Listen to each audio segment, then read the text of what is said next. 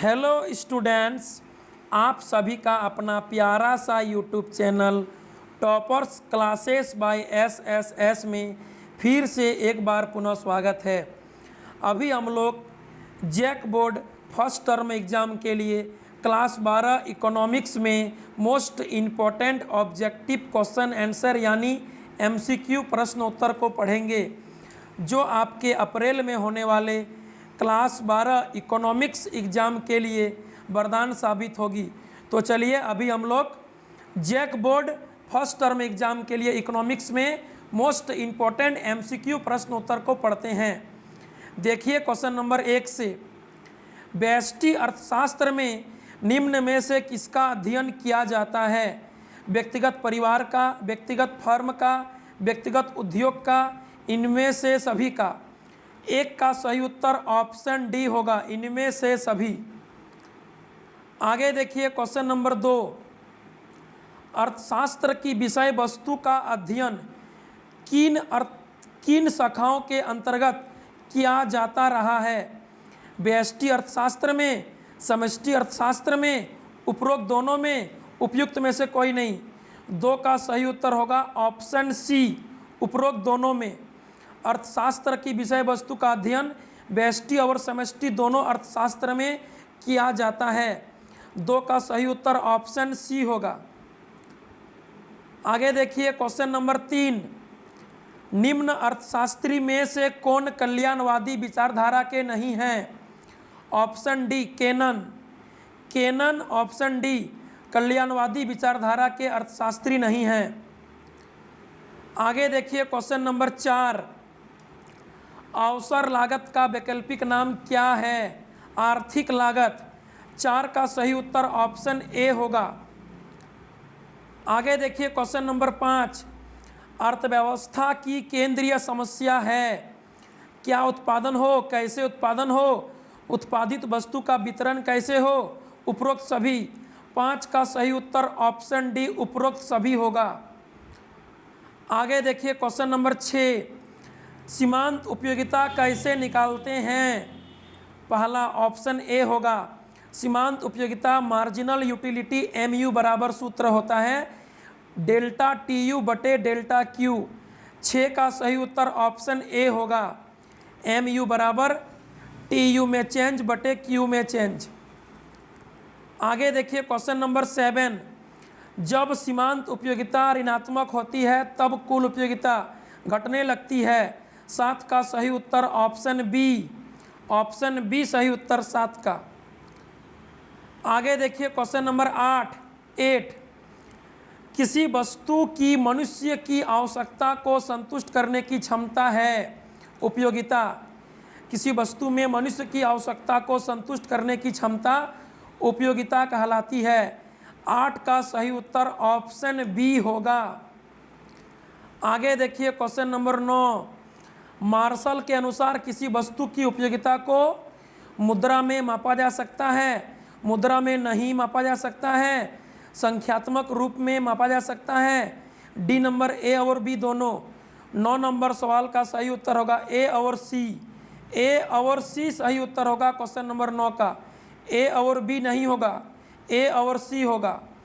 Martial के अनुसार किसी वस्तु की उपयोगिता को मुद्रा में और संख्यात्मक रूप में मापा जा सकता है। 9 का सही उत्तर ऑप्शन ए और सी होगा। आगे देखिए क्वेश्चन नंबर 10, बजट सेट के लिए आवश्यक है? बजट सेट के लिए क्या आवश्यक है? बंडलों का संग्रह, विद्यमान बाजार कीमत, उपभोक्ता की कुल आय, उपरोक्त सभी। 10 का सही उत्तर ऑप्शन डी उपरोक्त सभी होगा। आगे देखिए क्वेश्चन नंबर 11, आय बढ़ने पर उपभोक्ता किन वस्तुओं की मांग घटा देता है? ऑप्शन ए निम्न कोटि की वस्तुओं का। जब उपभोक्ता का आय बढ़ जाता है तो वह निम्न कोटि की वस्तुएं यानी घटिया वस्तुएं की मांग को घटा देता है, कम कर देता है। 11 नंबर सवाल का सही उत्तर ऑप्शन ए होगा। आगे देखिए क्वेश्चन नंबर 12, निम्नलिखित में कौन सी वस्तु एक पूरक वस्तु का उदाहरण है? पहला चाय तथा कॉफ़ी, दूसरा कोक तथा पेप्सी, तीसरा चावल तथा गेहूँ, चौथा इनमें से कोई नहीं। यहाँ पर ए बी सी तीनों स्तनापन्न वस्तु का उदाहरण है, यानी पूरक वस्तु का उदाहरण नहीं दिया गया है। 12 का सही उत्तर ऑप्शन डी होगा, इनमें से कोई नहीं। आगे देखिए क्वेश्चन नंबर 13, किसी सामान्य वस्तु के मांग वक्र की ढाल होती है नेगेटिव। किसी सामान्य वस्तु के कीमत मांग वक्र की ढाल नेगेटिव यानी ऋणात्मक होती है, जो बाएं से दाएं नीचे की ओर गिरती है। 13 का सही उत्तर ऑप्शन ए होगा। आगे देखिए क्वेश्चन नंबर 14, मांग की लोच को प्रभावित करने वाले घटक कौन से हैं? वस्तु की प्रकृति, कीमत स्तर, आय स्तर, इनमें से सभी। 14 का सही उत्तर ऑप्शन डी होगा, ऑल। आगे देखिए क्वेश्चन नंबर 15, यदि किसी वस्तु के मूल्य में 40% परिवर्तन के कारण मांग में 60% परिवर्तन हो तो मांग की लोच होगा। मांग की लोच का फॉर्मूला होता है मांग में प्रतिशत परिवर्तन बटे कीमत में प्रतिशत परिवर्तन। यहाँ पर क्वेश्चन में मांग में दे दिया है 60%, मूल्य में दिया है, कीमत में दिया है 40%, यानी 60 बटे 40 मतलब 1.5 और कीमत एवं मांग में नेगेटिव संबंध होता है, तो ऑप्शन बी होगा -1.5 सही उत्तर। 15 का सही उत्तर ऑप्शन बी -1.5। आगे देखिए क्वेश्चन नंबर 16, इकाई से कम मांग की लोच को निम्नलिखित में कौन व्यक्त करता है? आवश्यक वस्तु, अनिवार्य वस्तु की मांग की लोच शून्य होती है जो इकाई से कम होती है। 16 का सही उत्तर ऑप्शन ए होगा। आगे देखिए क्वेश्चन नंबर 17, वह कौन सा समय है जिसमें उत्पादन के सभी साधन परिवर्तित किए जा सकते हैं दीर्घकाल में? 17 का सही उत्तर ऑप्शन बी, लॉन्ग पीरियड में, दीर्घकाल में उत्पादन के सभी साधन को परिवर्तित किया जा सकता है। ऑप्शन बी सही उत्तर, दीर्घकाल। आगे देखिए क्वेश्चन नंबर 18, जो वक्र पहले बढ़ता है फिर स्थिर होकर घटना शुरू करता है वह कौन सा वक्र कहलाता है? APP, MPP, TPP, ये सभी। 18 का सही उत्तर होगा इनमें से सभी। यहाँ पर औसत उत्पादन वक्र, सीमांत उत्पादन वक्र, कुल उत्पादन वक्र तीनों पहले बढ़ता है फिर स्थिर होकर घटना आरंभ करता है, यानी 18 का सही उत्तर ऑप्शन डी, इनमें से सभी होगा। आगे देखिए क्वेश्चन नंबर 19, जब औसत उत्पाद AP अधिकतम होता है तब सीमांत उत्पाद MP क्या होता है? औसत उत्पाद के समान होता है। 19 का सही उत्तर ऑप्शन ए होगा। जब AP मैक्सिमम तब MP AP के बराबर होता है। ऑप्शन ए सही उत्तर। आगे देखिए क्वेश्चन नंबर 20, अल्पकालीन उत्पादन प्रक्रिया में निम्नलिखित में कौन से साधन होते हैं? स्थिर और परिवर्तनशील दोनों साधन होते हैं। ऑप्शन सी, ए और बी सही उत्तर, ऑप्शन सी। आगे देखिए क्वेश्चन नंबर 21, निम्न में से कौन सा कथन सही है? ऑप्शन डी, AC बराबर AFC जोड़ ABC होता है। 21 का सही उत्तर ऑप्शन डी होगा। आगे देखिए 22, निम्नलिखित में कौन सही है? ऑप्शन ए, TVC बराबर TC माइनस TFC, क्योंकि TC बराबर होता है TFC जोड़ TVC, तो ऑप्शन ए TVC बराबर हो जाएगा TC माइनस TFC। 22 का सही उत्तर ऑप्शन ए होगा। आगे देखिए 23, अवसर लागत क्या है? अवसर लागत किसको बोलते हैं? ऑप्शन ए, वह विकल्प जिसका परित्याग कर दिया गया हो, खोया हुआ अवसर, हस्तांतरण आय, इनमें से सभी। 23 का सही उत्तर हो जाएगा ऑप्शन डी, इनमें से सभी। यहाँ पर ABC तीनों अवसर लागत का मतलब है। ऑप्शन डी सही उत्तर। आगे देखिए 24, औसत परिवर्तनशील लागत है। ऑप्शन डी, TVC भागा Q को ABC कहते हैं। औसत परिवर्तनशील लागत यानी एवरेज वेरिएबल कॉस्ट ABC बराबर होता है TVC भागा Q। ऑप्शन डी सही उत्तर। आगे देखिए 25, एक फर्म एक वस्तु की कितनी भी मात्रा दी गई कीमत पर बेच सकती है। फर्म का सीमांत आगम होगी औसत आगम के समान होगी। 25 का सही उत्तर ऑप्शन सी होगा। आगे देखिए 26, निम्नलिखित में कौन सही है? ऑप्शन ए सही है, AR बराबर MR E/E-1। ई मतलब मांग की लोच, इलास्टिसिटी ऑफ डिमांड।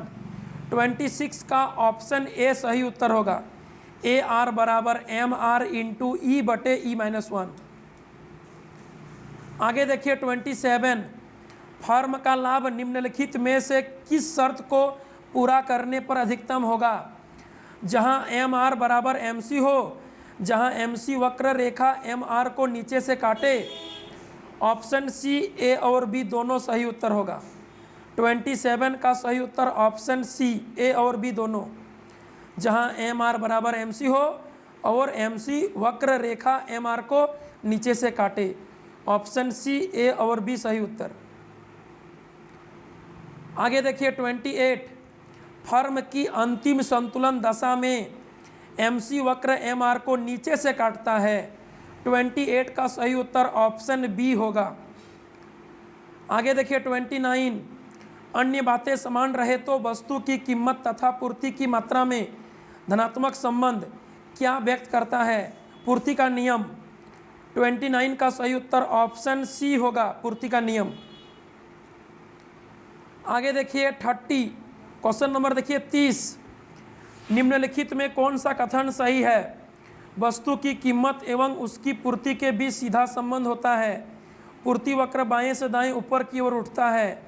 पूर्ति को अनेक तत्व प्रभावित करते हैं। डी नंबर उपयुक्त सभी। 30 नंबर सवाल में पूर्ति के बारे में सब बात सही है। ऑप्शन ए बी सी तीनों सही है। ऑप्शन डी उपयुक्त सभी ऑल सही होगा, ऑप्शन डी। आगे देखिए 31, अक्षों के केंद्र से निकलने वाली पूर्ति रेखा की लोच होती है, यानी एक्स और वाई दोनों अक्षों के सेंटर से ओरिजिन से निकलने वाली पूर्ति रेखा की लोच 1 के बराबर होती है, जिसको 45 डिग्री का रेखा कहते हैं, 45 डिग्री का रेखा कहते हैं। 31 का सही उत्तर ऑप्शन बी होगा। अक्षों के केंद्र से निकलने वाली पूर्ति रेखा की लोच 1 के बराबर होती है, ऑप्शन बी सही उत्तर 31 का। आगे देखिए 32, एकाधिकार की निम्नलिखित में कौन सी विशेषता नहीं है? ऑप्शन ए नहीं है, एक क्रेता और अधिक विक्रेता। एकाधिकार बाजार में एक विक्रेता और अधिक क्रेता होता है, लेकिन ऑप्शन ए में उल्टा लिख दिया है, एक क्रेता और अधिक विक्रेता, जो एकाधिकार का विशेषता नहीं है। 32 का सही उत्तर ऑप्शन ए होगा। आगे देखिए 33, विभेद उत्पाद एक विशेषता है। वस्तु विभेदीकरण किसमें पाया जाता है? एकाधिकार, प्रतियोगिता और अल्पाधिकार दोनों मार्केट में पाया जाता है। 33 का सही उत्तर ऑप्शन डी होगा। एकाधिकारी, प्रतियोगिता और अल्पाधिकार दोनों बाजार में वस्तु विभेदीकरण विभेद उत्पाद पाया जाता है। ऑप्शन डी सही उत्तर। आगे देखिए 34, किस बाजार में औसत आय सीमांत आय के बराबर होती है? पूर्ण प्रतियोगिता में, अल्पाधिकार में, अपूर्ण प्रतियोगिता में, एकाधिकार में। पूर्ण प्रतियोगिता में औसत आय सीमांत आय के बराबर होती है। ऑप्शन ए सही उत्तर। पूर्ण प्रतियोगिता में AR बराबर MR होता है। 34 का सही उत्तर ऑप्शन ए। आगे देखिए 35, बड़ी संख्या में क्रेता विक्रेता होते हैं। पूर्ण प्रतियोगिता में और एकाधिकारी प्रतियोगिता दोनों बाजार में क्रेता विक्रेता अनेक होते हैं, बड़ी संख्या में होते हैं। 35 का सही उत्तर ऑप्शन सी होगा, ए तथा बी दोनों। आगे देखिए 36, जिस बाजार में स्वतंत्र प्रवेश तथा बहिर्गमन हो उसका नाम है पूर्ण प्रतियोगिता बाजार। 36 का सही उत्तर पूर्ण प्रतियोगिता बाजार ऑप्शन सी होगा। पूर्ण प्रतियोगिता बाजार में, परफेक्ट कंपटीशन मार्केट में स्वतंत्र प्रवेश तथा बहिर्गमन होता है। ऑप्शन सी सही उत्तर। आगे देखिए 37, बाजार मूल्य पाया जाता है अल्पकालीन बाजार में। अल्पकालीन बाजार में, शॉर्ट पीरियड मार्केट में बाजार मूल्य वर्तमान कीमत पाया जाता है। 37 का सही उत्तर ऑप्शन ए होगा। आगे देखिए 38, किसी वस्तु का मूल्य निर्धारित होता है मांग के द्वारा, पूर्ति के द्वारा, मांग और पूर्ति दोनों के द्वारा, सरकार द्वारा। किसी वस्तु का मूल्य बाजार में मांग और पूर्ति दोनों के द्वारा निर्धारित होता है, तय होता है। 38 का सही उत्तर ऑप्शन सी होगा, मांग पूर्ति दोनों के द्वारा, ऑप्शन सी सही उत्तर। आगे देखिए 39, लगान है। लगान किसको बोलते हैं? ऑप्शन ए सही उत्तर। वास्तविक लगान माइनस हस्तांतरण आय। वास्तविक लगान में जब हस्तांतरण आय को माइनस कर देते हैं तो उसको लगान कहते हैं। 39 का सही उत्तर ऑप्शन ए। आगे देखिए 40, लास्ट क्वेश्चन देखिए 40 यानी 40 नंबर क्वेश्चन देखिए, लास्ट क्वेश्चन। समष्टि अर्थशास्त्र की निम्नलिखित में कौन सी सीमाएं हैं? इनमें से कौन सा समष्टि अर्थशास्त्र का लिमिटेशन है, सीमाएं हैं? सामूहिक अर्थशास्त्रीय, विरोधाभास, व्यक्तिगत इकाइयों की अवहेलना। ऑप्शन सी ए और बी दोनों सही होगा। 40 का सही उत्तर ऑप्शन सी होगा। तो चलिए अभी हम लोग इकोनॉमिक्स में एमसीक्यू का छठा यानी 6 नंबर वीडियो को देखें, जो आपके जैक बोर्ड क्लास 12 इकोनॉमिक्स अप्रैल में होने वाले 2022 एग्ज़ाम के लिए इम्पोर्टेंट रहेगा। मिलेंगे फिर अगले वीडियो में, तब तक के लिए bye bye, thank you. Video को लाइक कीजिए, शेयर कीजिए और चैनल में नए हैं तो चैनल को सब्सक्राइब करना बिल्कुल भी ना भूलें। Thank you.